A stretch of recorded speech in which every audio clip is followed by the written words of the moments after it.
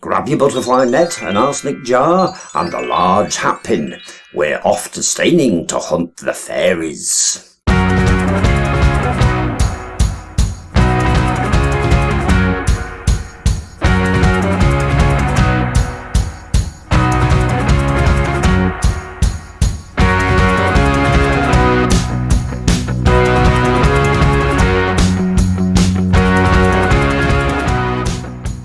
Staining.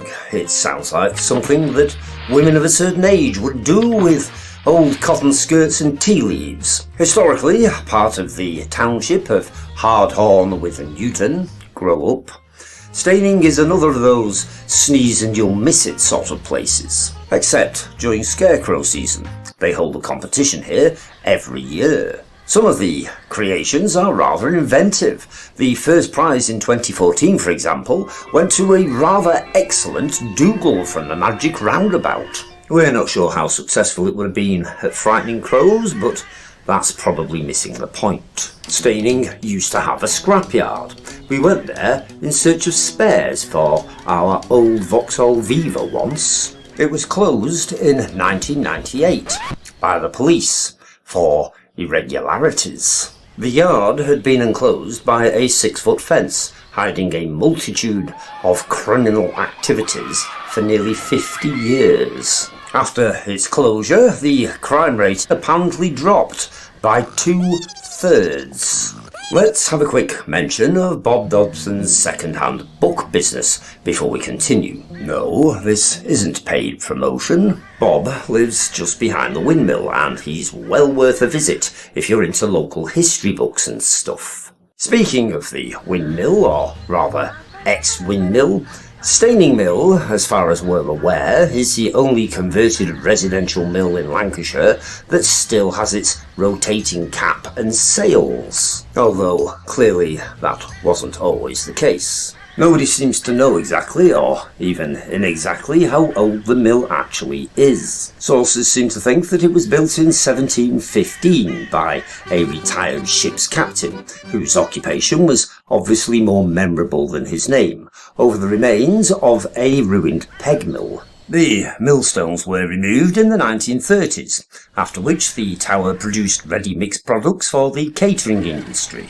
Served as a home guard post during World War II and then later as an art students' meeting room, a plastics business and a cake factory. Similar to many of our local windmills, not to mention various historical buildings owned by Joey Blower, it caught fire twice.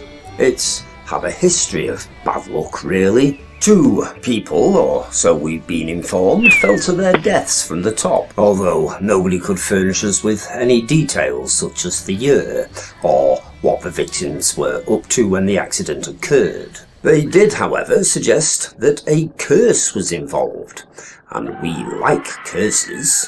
In 1880, again allegedly, but isn't that always the way, a peddler was murdered at Staining Mill.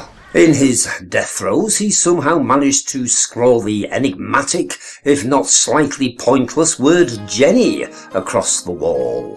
This, we were informed, was retained for many years, since the miller's wife thought that ill luck would befall them if it was removed. His isn't the only historical and questionable murder associated with Staining. Over at Staining Hall, or what used to be Staining Hall at any rate, the ghost of a wandering Scotsman can still be seen, if you have an active enough imagination. He was murdered near a tree, which has since recorded the deed by perfuming the ground around it with the odour of time.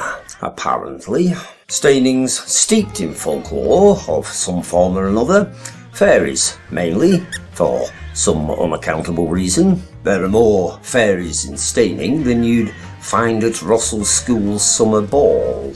Fairy wells have become something of a meme in the village. It's got 3 of them. One's at Highcross, next to Baines School. Incidentally, there's an urban myth that Mozart composed the anthem for Baines. We couldn't find any evidence for this, but we thought we'd mention it anyhow on the off chance that we're wrong. Or at least it was The faerie well next to the school, that is. Who knows where it is now? According to the folklore, the fairies would appear around midnight to wash their scuddies. As the headmaster recalled in 1870, "In the darkness of the waters of the ditch at the side of the school is the abode of the free school boggart." Whilst the elders of the village maintained she was ever ready to reward the good and punish the evil doer. Like one of the buxom sprites from Zelda, every full moon a ripple would mark, the goddess rising from the depths. Then an unearthly melody would float upon the air, and the chance beholders would be rewarded or punished according to their deserts. Exactly what constituted a good or a bad pudding, we couldn't say. That joke is copyrighted to Peter Glaze, care of Crackerjack, circa 1978. Staining's second faerie well once existed at Bull Meadow, somewhere down Smithy Lane.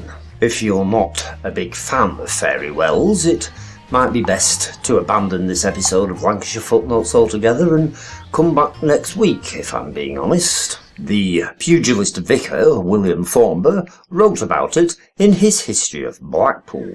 Here, on this hard-horn, grow-up, oblong carn, as Thornber puts it, ceremonies were observed for the purpose of obtaining health for the herds. We're talking pagan fire rituals here, precursors to bonfire night, involving mystical white stones and possibly women dancing round in the nuddy, although this being the Foul Coast, that would probably have been amended to thermals. There's a third faerie well at Wrongwell Meadow. The story goes that a poverty-stricken woman was filling her pitcher there to bathe her sick child's eyes, when a handsome man accosted her and presented her with a box of ointment. Distrustful of strangers, she tested the ointment on herself. Sometime later, she saw him again at Preston Market, stealing corn from the sacks. When she approached him in astonishment, he asked her how she could see him, what with him being invisible and all that. So she explained what had happened, at which point he poked her eye out. On which cheerful note, click like, subscribe, send us some money, a box of cat biscuits or something, and don't forget to make a note in your diary to meet us here again next week for another episode of Lancashire Footnotes.